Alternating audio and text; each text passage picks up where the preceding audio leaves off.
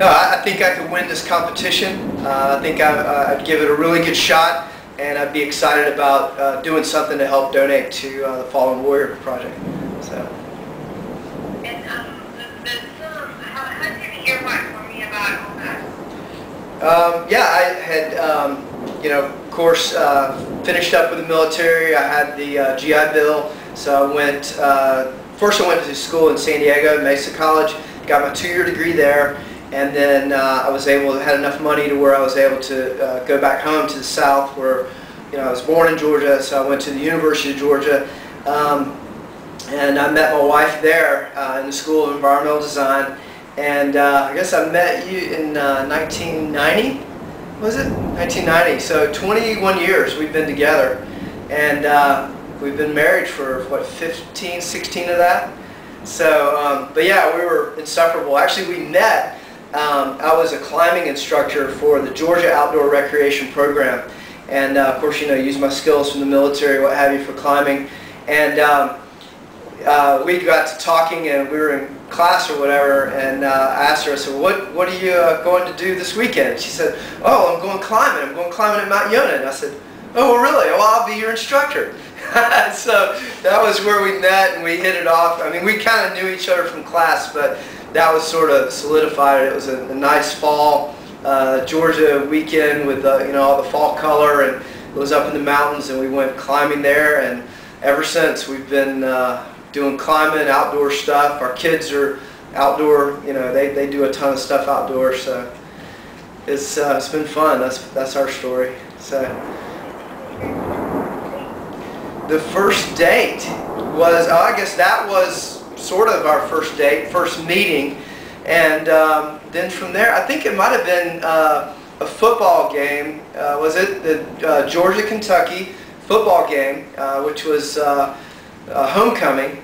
So yeah, I think we got a corsage, flower, and all that good stuff, and went to a football game. That's good. Very southern thing to do. Whoa! You hear the storm?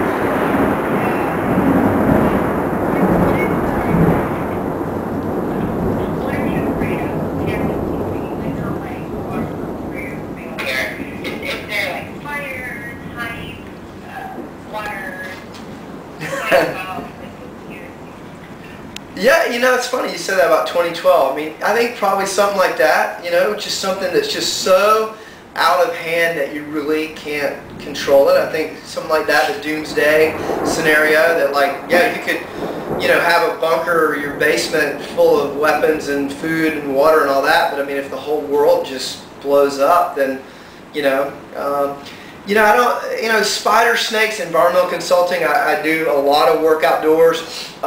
You know, we see rattlers all the time, moccasins, things. Snakes really don't bother me unless I'm like, you know, really like, I'm 2 inches from stepping on one, they'll startle me. That's probably my Darwin sense. Spiders, not really. I mean, unless I got one on top of my head. A lot of things like that don't really totally freak me out. You know, being in dark, confined spaces, really not. Just from the military, you know, being under ships and stuff.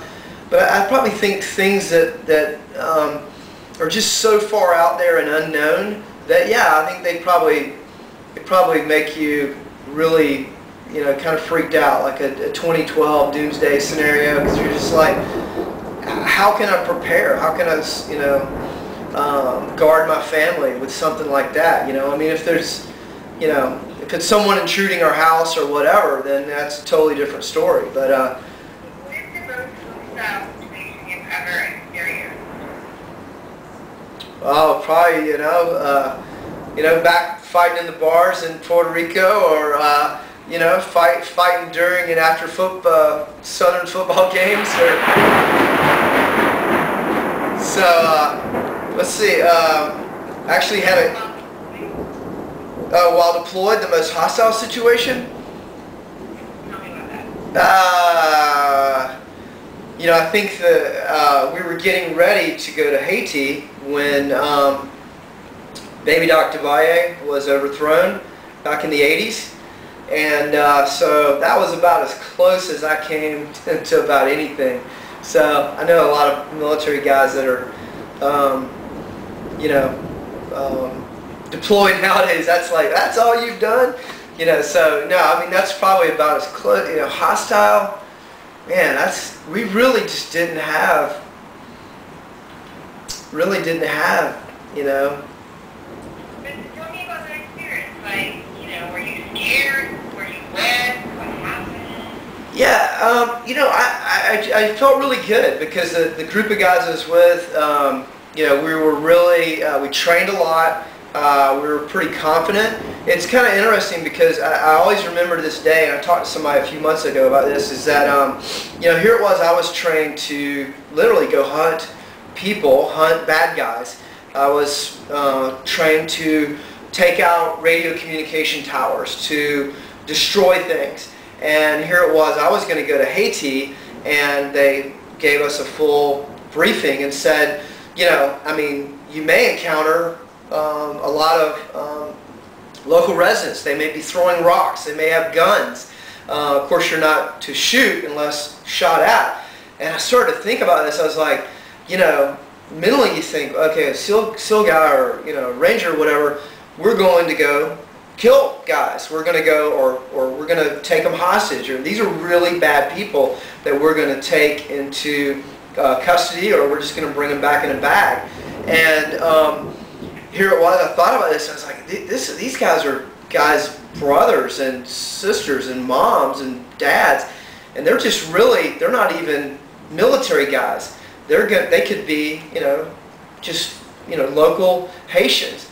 And so I was kind of unnerved a little bit about that, because I was like, you know, this is kind of a peacekeeping thing almost at some level. Now at the same time, there were these supposedly the bad guys, I guess the tom-toms, and that was Dr. Valle's sort of secret service group, and they were portrayed as just the nasty, mean, you know, I mean, these guys were just, you know, you name it, they'd done it. And so I was, you know, in my mind, at least, I mean, you don't know until you go into combat, but in my mind, it's like, man, I wanted to whack, you know, a couple of these guys. You know, any chance I had to take out, you know, some of these guys, I would, like, relish that. So I had really mixed emotions with it as to what, you know. They say tornado warning! Well, that's my kids. They just walked in here. I think we've got a tornado warning here in the area. What are your guilty pleasures? My what now? Guilty pleasures. My guilty pleasures. Like, Yeah, is it a beer? Is it a glass of wine? Is it rock and roll metal? what do I do? You know, I'd probably say, you know, just, my kids are getting a little upset here. I'd probably say it's, I don't really drink a whole lot anymore, just, you know, my whole family and everything with that. Yeah, I love music. I love to go climb, go kayak, be outdoors. So getting away for a weekend or whatever like that, that's probably a guilty pleasure. Or even going to California for the long weekend. I train guys out there, so that would probably be another one. So, I like the muffins, yeah, the blueberry muffins and stuff, yeah.